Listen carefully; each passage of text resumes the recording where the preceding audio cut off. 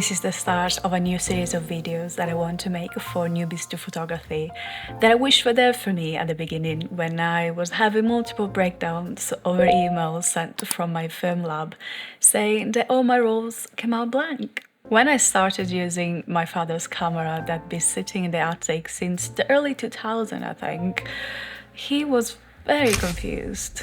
He asked me, why would I go through the troubles of using a film camera when digital camera exists? That's a very good question. Why are younger generations gravitating towards the analog experience? Maybe it's because what was once in fashion always seems to come back. Or perhaps it's the collective desire to unplug and delay gratification. Film photography has a unique charm, and it's a chemical miracle that has made a true comeback. 35mm film refers to a type of photographic film that has a width of 35mm. It is one of the most common formats used in both still photography and motion pictures. Even if you've never heard about 35mm, chances are you've used one of these before. While they are the easiest way to access film photography, you can do better. Instead, try a point-and-shoot camera. They are small and compact. All you have to do is literally point and shoot. Just learn how to load it, and if the camera doesn't turn on, try and change the battery before throwing it away. Cheap options are the Olympus Super Zoom 700BF or the Yashica T4, T5. Then if you're willing to spend a bit more and have a trendy camera, the Olympus MJU are very nice. The Contax T2, which I own and I really love. But to be completely honest, as long as they turn on and they've been kept in good working conditions, I wouldn't really be too picky about point-and-shoot camera. And I know what you must be thinking. Lisa, you almost spent 1,000 Great British pounds on a film camera. And well, you're not wrong. The next step could be buying a single lens reflex camera, known as SLR. SLR's cameras are very easy to use, they're generally quite small, and they can be found at very affordable prices. The Canon AE1 is probably the most popular model, along with the Nikon F series, Minoltas, Pentax, and my first ever camera, the Olympus OM10. The most popular cheaper lenses are usually the 55mm. If you're starting out, we'll probably recommend getting a 50mm first. That's very versatile for portraits and landscapes. And then I will buy a wider lens, like a 28mm or a 35mm. The more you shoot, the more you learn about your personal style and the lens that matches it. Once you progress further, you can experiment with funkier lenses. If you've tried point-and-shoot cameras, you've tried SLRs, and you would like to experiment with a 35mm format, the next thing you can try is a rangefinder. A rangefinder is a type of camera that uses a range-finding focusing mechanism to measure the distance to the subject and aid in focusing. They might look intimidating at first, but once you get used to it, it'll feel like a breeze. Famous rangefinders cameras are the Canon L series, which I've made a video about the Canon L3 if you want to check it out. Also the Contax G series and the iconic Leica M series. I always say that the best camera is the one you already have. In 2020, I got laid off from my job and I had to move back to my parents' house, and that's where I found a couple of cameras just lying around. And I've been shooting film ever since. Try ask your family if they have any old cameras that I have forgotten about. You might be surprised. The second best way to buy an old camera is at your nearest camera shop. I'm very lucky to live in a city centre and I have the option to go browse some cameras at my local camera shop. But most of these shops also have an online store. I really try my best to support my local businesses. And as someone that's a tiny bit anxious and money conscious, I feel more relaxed when I buy from a camera shop where there is a team of people that are willing to help me if something goes wrong. There is obviously eBay and Facebook Marketplace as well, and second-hand websites. Pro tip, if you're buying on eBay, I would track an auction and wait until the very last second to put an offer in, and that's usually how I make the best deals.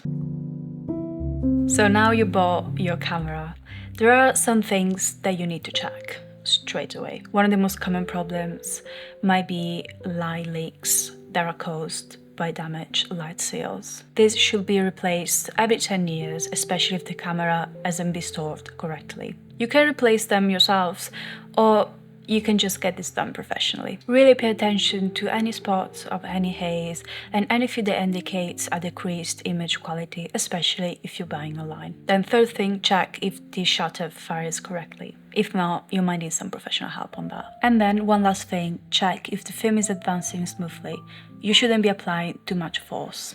Now you have a camera and you have a lens. What you need is film stock. Most film stock comes with 24 or 36 exposures. I would definitely start with color film, as it's more forgiving if the exposure goes wrong, and especially if you're still learning composition techniques, color just makes everything more beautiful. Here are some of my favorite film stock that I find myself reaching out to again and again. If you like golden and warm tones, Kodak Gold 200 is that girl. It is a versatile and a cheap film option that will give you its best on a sunny day. For bright blue, greens and red, Kodak Ultramax 400 is also a versatile film stock to use to document your daily life. Given higher ISO, you can easily use these indoors too if there is natural light coming through. And a special mention to Kodak Ektar 100 is a stunner film that I always stock on when I find it on sale. I absolutely love the colors on this film, they just pop, and the grain is non-existent. Take it with you when you're shooting landscapes on a sunny, bright day. And last, the icon, the legend, Portra 400 and 800. Someone would say that they're overrated, and if they do, it's probably for age baiting. This is my favorite film for different reasons. It's great with skin tones and offers the most flexibility when you're editing your pictures. It's almost the equivalent of a digital profile. And as they say, once you go Portra, you won't go back. If you would like to dip your toes in black and white waters, you should try Ilford HB5. It's the most versatile negative color film out there. And fun fact, the factory is just outside London. And Ilford, if you're watching this, I would love to come visit. Once you have your camera and then you have your film, you're ready to go. This is your shutter speed, the level to advance your film, and aperture. Camera features vary depending on the model, and I would really recommend you watch a camera-specific video on YouTube. I'll show you how to familiarize with your camera with a popular camera among beginners, my beloved Olympus OM10. Start by setting the ISO value so that it matches your film. You start by pulling up the film rewind lever, which releases the film back. Some might also have a latch at the bottom, which you need to turn to unlock the film back. A trick to load film without wasting any frame is to insert the film from here to here, rather than position the roll here and pull to the right. You'll have an extra couple of photos this way. Advance to make sure the film is loaded, while the back is opened, and there you have it. You can close the film back and push down the rewind lever all the way. The film rewind lever should rotate while you wind the next frame. When you finish your film, you can press the film release button. Some cameras have a film release switch instead. You can then rewind the film using the lever. You should feel some tension here while you rewind. Then when it's finished, the tension should release. Given the age of some older cameras, their electronic components might not be working anymore. For example, light meters. I use this app for metering. It was the first result of my Apple Store and it works perfectly fine. I usually select the ISO I'm working with and then see what the aperture and shutter speed will look like. Have fun while you're shooting at first and try to figure out what it is that you want to capture. That could look like a milestone that you've reached in your life, or a trip that you're doing that you want to show your kids in 10 years' time, or it could be a study of the subject. Now that I've shot your film, it's time to get it developed. I feel like developing film and scanning is a whole another topic, but just to make it easy for you if you just started, I would suggest Googling where is your nearest film lab, and ideally you want to look for a film lab that's independent. Now, if you live in the middle of nowhere and there aren't really any good independent film labs around you, most of them are actually happy for you to just send your film to them. You don't have to go there in person. If you're based in the UK, I'm gonna leave a list of film labs that I've tried and I would really recommend in my description box. I normally let my film lab develop and scan my film for me.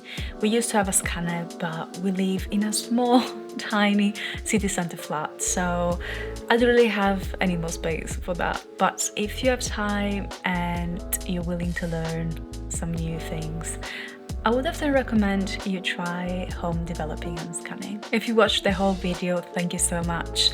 If you have any new tips or you want to share your experience with your first camera, please leave a comment below. I read all of them, I reply. And yeah, thank you so much for watching, and if you could subscribe and like this video, that would really help me. I'll see you in the next one.